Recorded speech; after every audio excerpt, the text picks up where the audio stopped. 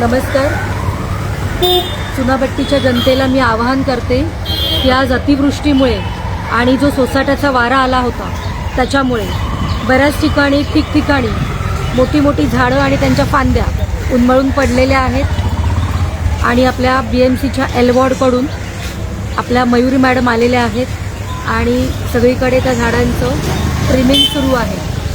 नागरिकांना सांगणं आहे की आपण गरज असेल तरच घरातून बाहेर पडा आणि जर बाहेर पडलात तर झाडांखालून जात असताना आपण बघूनच जावं, कारण कधी कुठची झाडाची फांदी पडली तर कोणती दुर्घटना होऊ नये याची आपण काळजी घ्यावी. एवढंच मी सांगते. जय हिंद, जय महाराष्ट्र.